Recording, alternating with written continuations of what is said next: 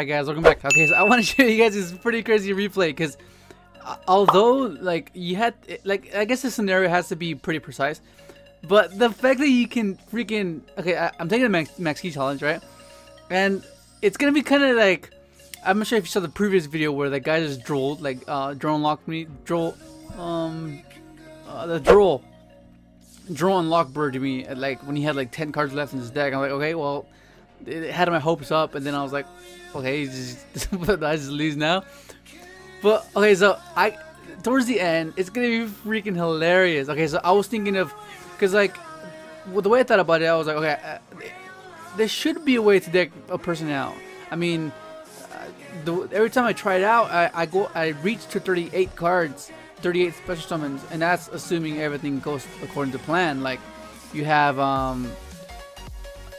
but I mean, of course, if I had the quick draw, it'd be much better. Like, but like still, like it's freaking crazy how it ends up happening. But you see what I mean, dude? It's like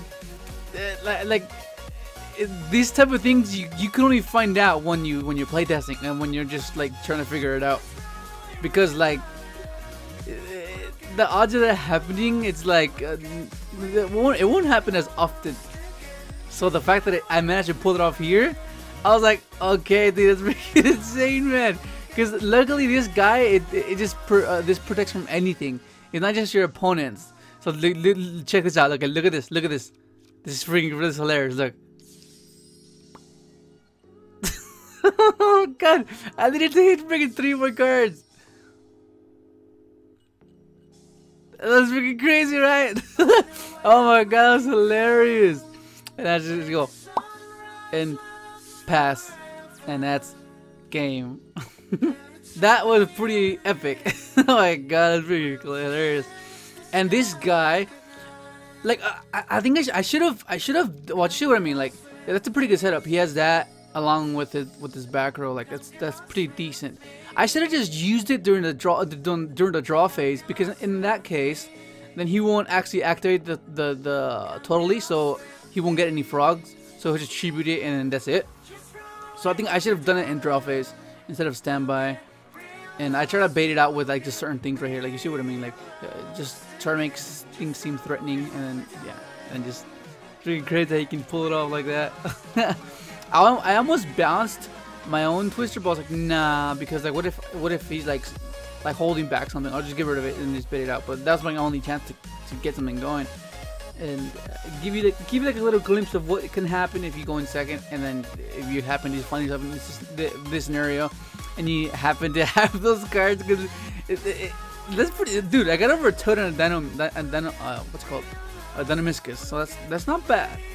I mean, of course, if he, I'm sure he has that much experience going up against Synchro decks, I think I would just held on. But I guess he was just you don't know. That's the thing with Synchro deck. You don't know what they're gonna synchro into, because every Synchro deck is pretty different. So maybe he was scared of like Armades or something, because he won't get the search of deep. I don't know, maybe that's it. I don't know. But it's pretty crazy. I haven't managed to bait it out. And then he just ends up rage quitting. So I was like, I mean, what? And in this build, I'm trying out the apprentice illusion magician, because they got from what I hear, they're gonna get reprinted, so they're gonna be much easier to get. And you know how you juggle? I was trying out freaking tricky, but since this is the dark, you can incorporate allure and just have more allure targets pretty much, because it'll synergize much more. And the fact that it's level, at first I thought it was gonna be problematic because it's a level 6, and I thought like, well, that's gonna be kind of awkward because I can't synchro into level 5. But I guess it kind of helps, because like that extra star or the extra level can be level to coming back, and then using that material to make a proxy, and then level it once again, and then make a proxy, make a decode. So I found myself doing that quite a bit. So that was pretty neat to do. I was like, oh, that's cool. I can do that at least.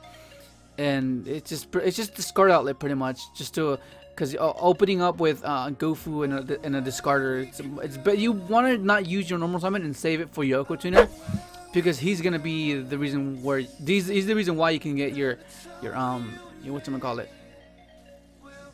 your second dragon.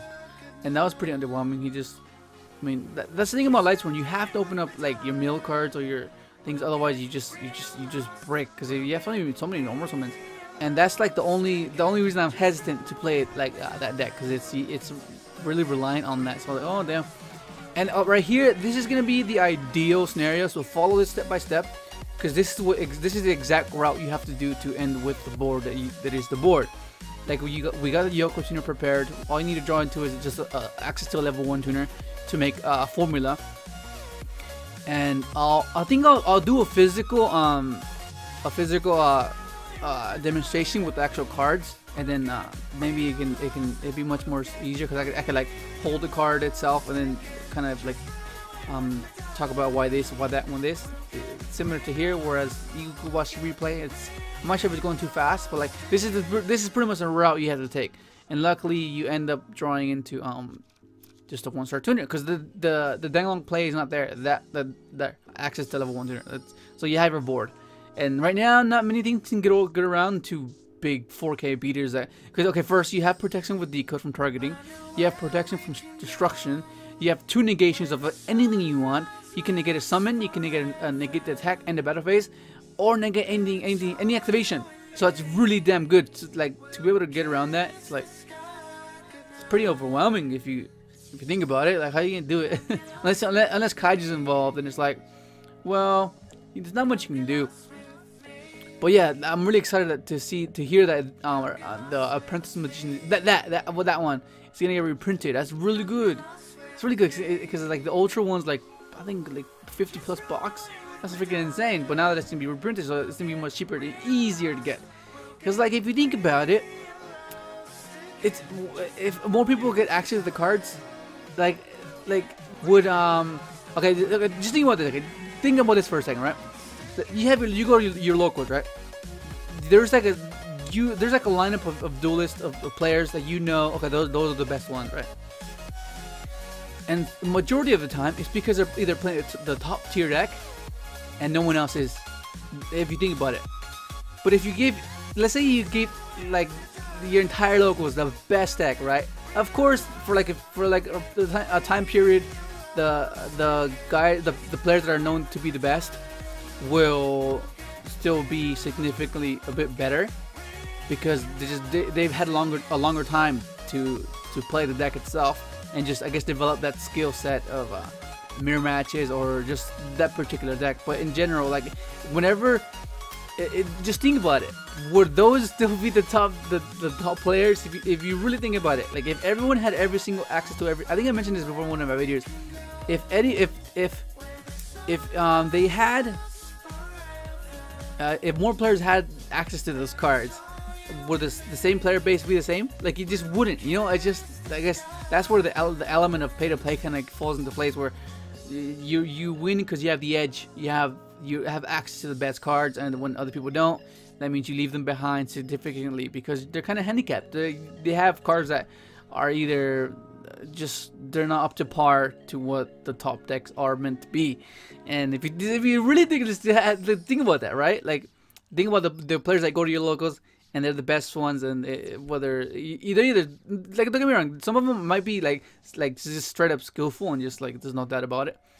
I try to bait him out. I try to make him negate my lure and make him think that I had nothing else, so you negate it. I was about the soldiers, but that didn't work at all. So that ended up being my downfall. I should have kept the twister in my hand, but either way, that would have helped, because that's mean I knew, I would have known. I should have known that I was gonna draw a dark, but let me put deck list. Okay, here it is. Okay, but yeah, like, going back to the thing, like, if you think about it, like, just think of the players in your locals, and think of the deck that they're using, right? But what if you get the rest of your locals, like your casuals, or like, just doesn't matter, just all the players you have your locals, make sure they all play the exact same deck. How would that drastically change everything? It would. Like, of course, like I said, there's gonna be a period of time where the ones that didn't really play top tier, they're still gonna be in the developing phase of getting all those skill sets and all those anticipations of how to make a certain play. But eventually they'll catch up. They will catch up, and then it's just gonna be crazy, dude. I think that would be freaking insane if it were to end up turning out like that. Because I think that But then again, I don't know. I'm not sure how that would be, because then that would add more randomness to it. That means you wouldn't have a solid, like you wouldn't be certain that you'll do good, because like you know that okay, they have the same chances as you do, so it kind of messes up with the tournament format. Because like the fact that you play the best deck, you kind of have the security that okay, I have the edge, so odds of me doing well are on my favor. Does that make sense? Well, anyways, okay, back to the deck. Okay, so this is gonna be reprinted, so that's gonna be pretty cool, and it's just more discard outlet. I decided to put this back up to 3 because I was like, okay, yeah, let's try to get this up and try to get this high as fast as we can.